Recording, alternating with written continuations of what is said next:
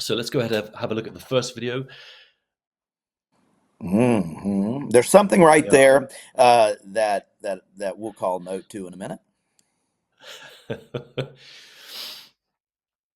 Okay, I can already see a few things happening here that we want to adjust in the Me too. movement and also, oh, that one. There you go. Not so Ah, I keen saw on. that. Oh, I saw it again, didn't we? So, So so, we got to uh, help Scott out. We got to help Scott out. all right. So Scott, first of all, let me preface our form check with you by saying that we appreciate your effort in training. We are so thrilled to see a barbell in your hands, my friend.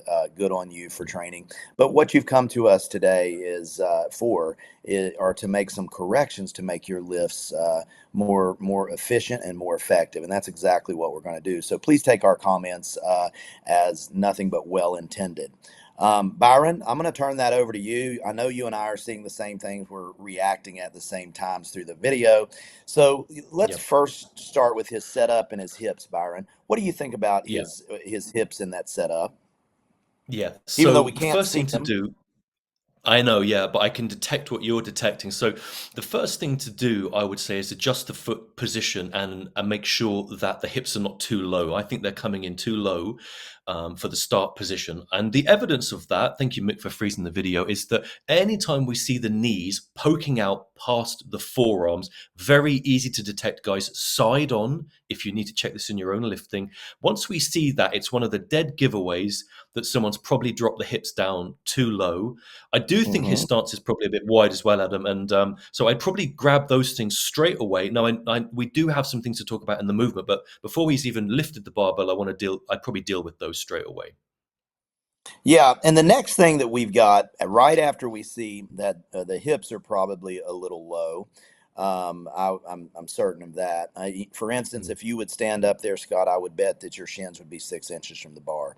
So that's going to tell Yeah, us that the bar is not over the middle of your foot. So very, very, very out of the gate. We have an issue that is for sure going to reflect upstream in this lift.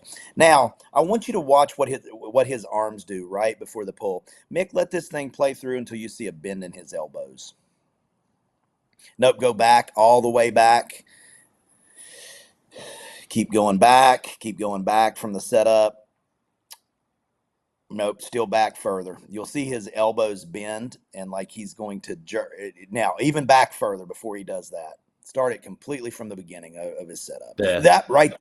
You see what his Yeah, elbows just did? You see those yeah, elbows bending? yeah. So he's getting ready he in his brain, what he thinks is that the faster I can move this barbell, the more Hmm. chance I'm going to have of a successful repetition. But Hmm. remember something, my friend, when you jerk on the bar Hmm. jerks on you. Universal law of physics, Hmm. right? When you jerk on Hmm. something, something jerks on you. And that's where back tweaks happen, my friend. That's where you Hmm. get that old back tweak. You say, oh, I pulled a muscle. So we want to correct that. We should not see a bend in his wrist, right? We shouldn't see his wrist Hmm. in extension.